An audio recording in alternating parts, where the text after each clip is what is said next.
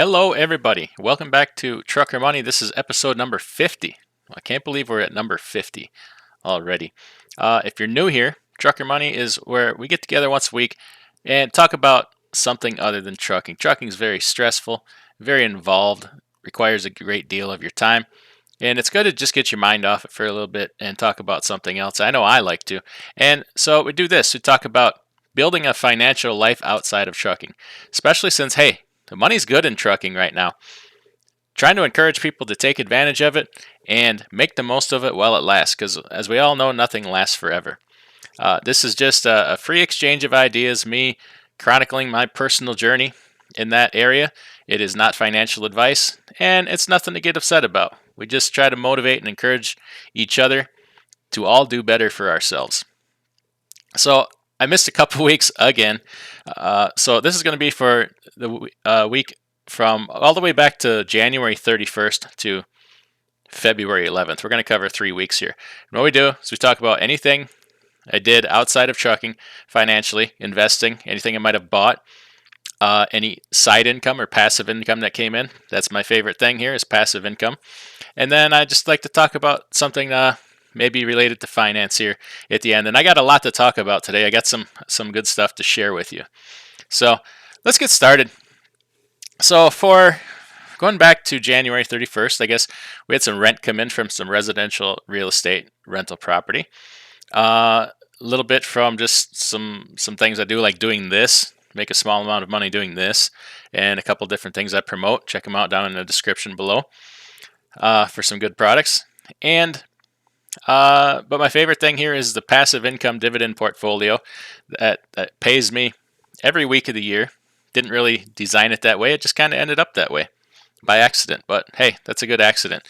So let's see what happened. Okay, going back to the 31st, I bought a few things. Put a little bit of money in. Had a little bit to contribute, so I went ahead and did that.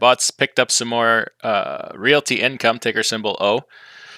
Talked about buying some more of the pharmaceuticals. I picked up a little bit of AbbVie, Bristol Myers, and Viatris, ticker symbol VTRS.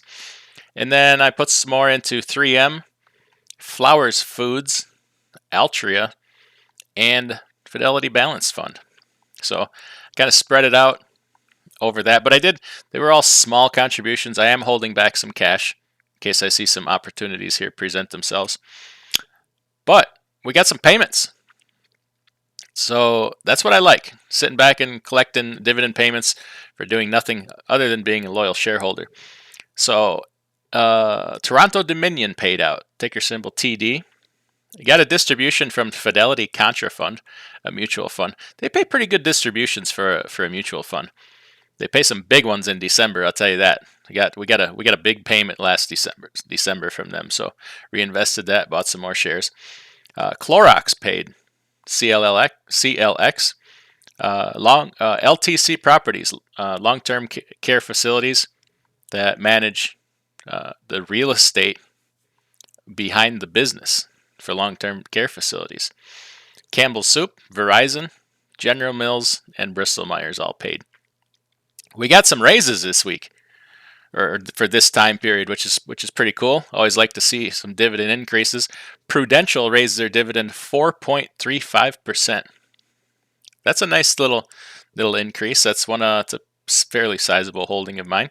And then 3M increased their dividend only 0.68%, which is last year they only raised it a little bit.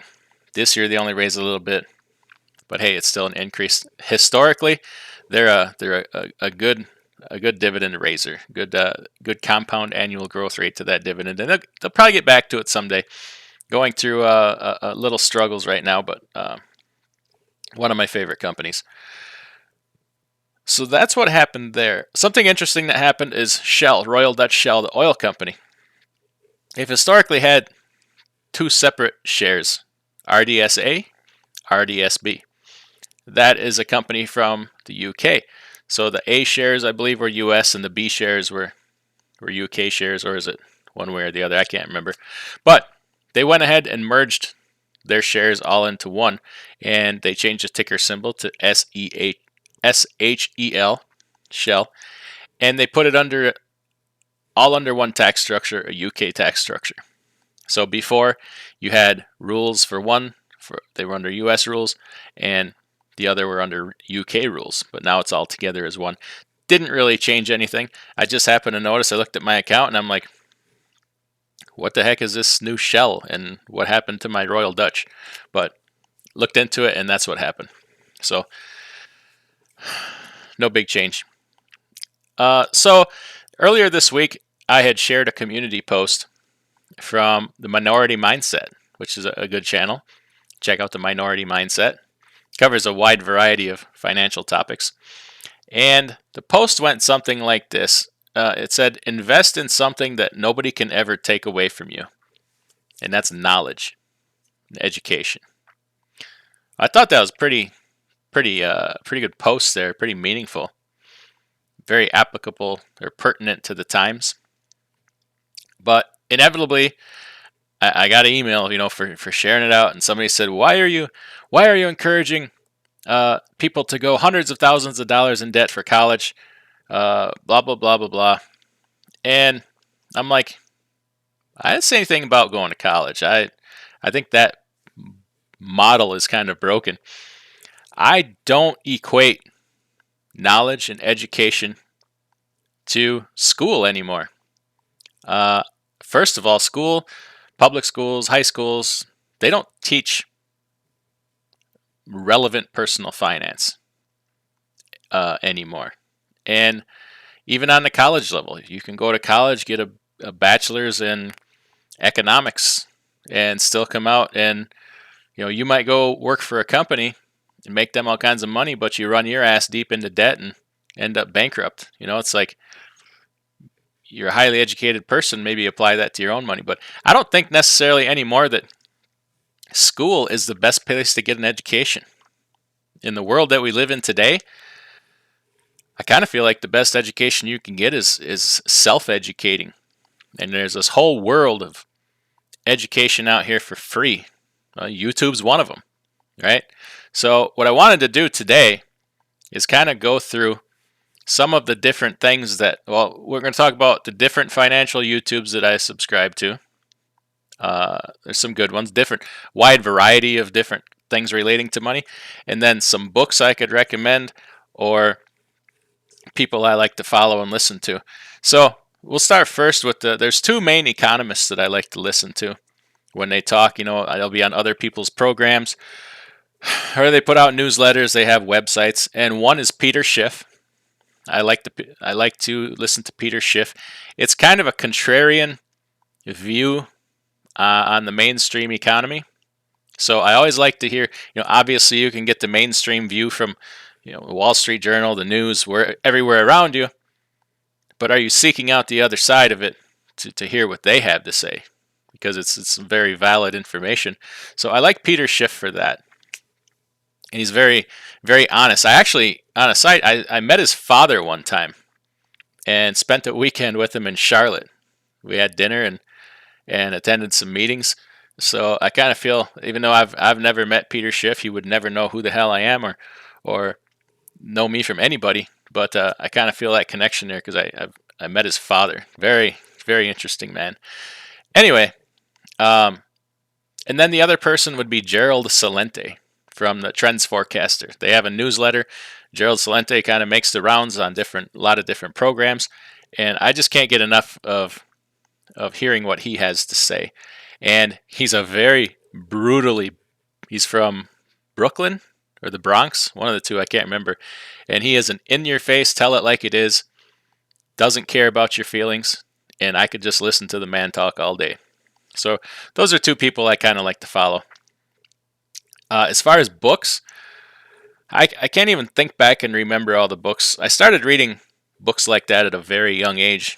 For some reason, I just found them fascinating, and some of them left a deeper impression than others.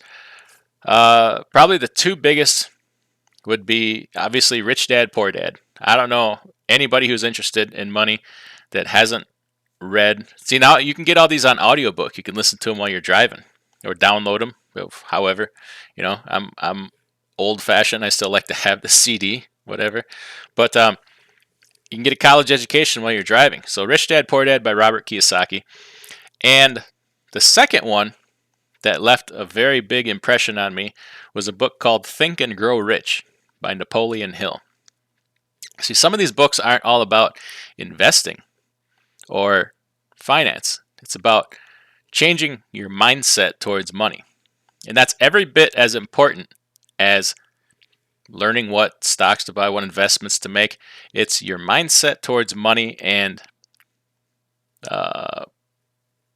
pursuing it, changing your relationship with money. So those two books left a huge impression on me. And then obviously I like The Total Money Makeover by Dave Ramsey. I think there's a lot of value in that.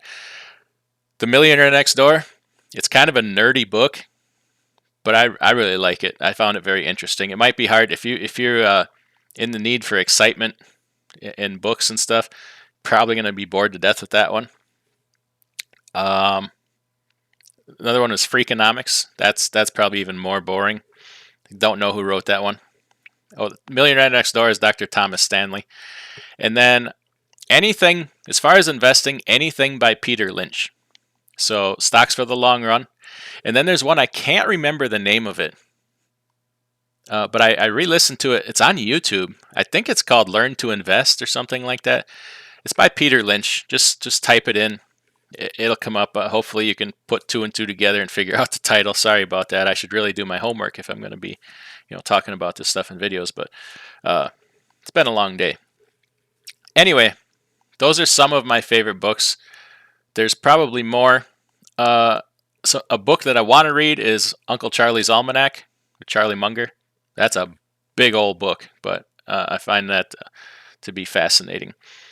And then you can get really good education as well as, and sometimes be entertained too by YouTube, obviously. And let me just talk about some of these aren't obviously all the channels I subscribe to for finance, but there's some of the more relevant ones here, and they kind of cover, once again, some are more how to, pick stocks, different investments.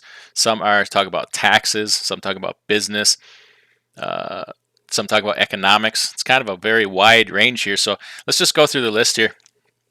My favorite, probably my single favorite, is a channel called PPC Ian. It's P as in Peter, P as in Peter, C as in cat, and Ian, I-A-N. Can't get enough of that man's intelligence, knowledge. I just can't say enough good things. That he's highly intelligent, and can't say enough good things about that man and his channel. Next one, my next favorite one is probably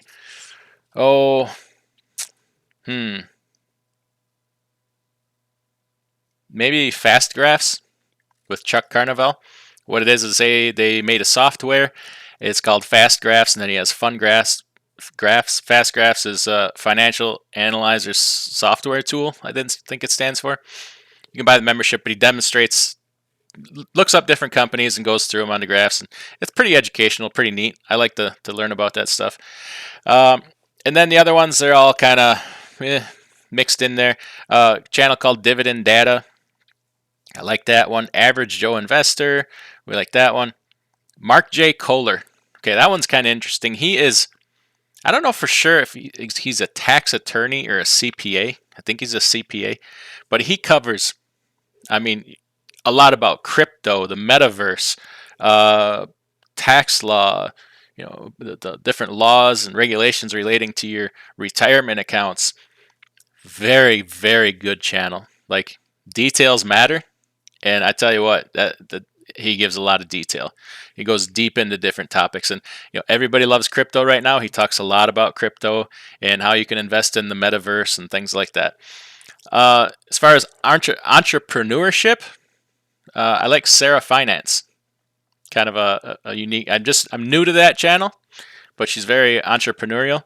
And then Kenny Robinson, who doesn't really make videos anymore, but hopefully he comes back someday. Very motivational for entrepreneurial. Let's Talk Money with Joseph Hogue, CFA. He's a certified financial analyst, talks about a lot of different investing type things, and great channel. Money and Life TV, love that channel.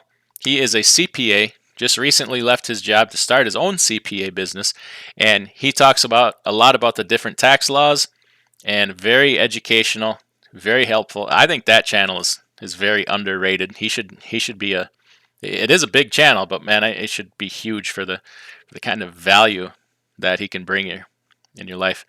Joseph Carlson talks about all different things money. Our Rich Journey. They are a couple that had government jobs here in the U.S. and they saved. Man, they side hustled their ass off. They invested in real estate. They piled up money like crazy in investments. And in their 40s, they retired and moved to Portugal and bought a property over there, and they're buying rental property. Their kids have a channel. They're all about family and money and side hustles and investing. They're just a great channel. One called the Better Men Project. It's kind of it's nobody's face. They kind of draw on the screen and stuff. Talk about different economic stuff. The Plain Bagel is about economics, and then lastly would be Marco Whiteboard Finance. Talks about different things, financial and investing and stuff like that. So, like I said, there is a world out there. All you gotta do is go grab it. There's money. One thing about right now in the economy and everything, there's just money everywhere. It's just sick. Obviously inflation is a problem, but if you're willing to work, people are willing to pay you ridiculous amounts of money to do menial tasks. And if you just take that money and put it to work smartly, you can, especially in trucking.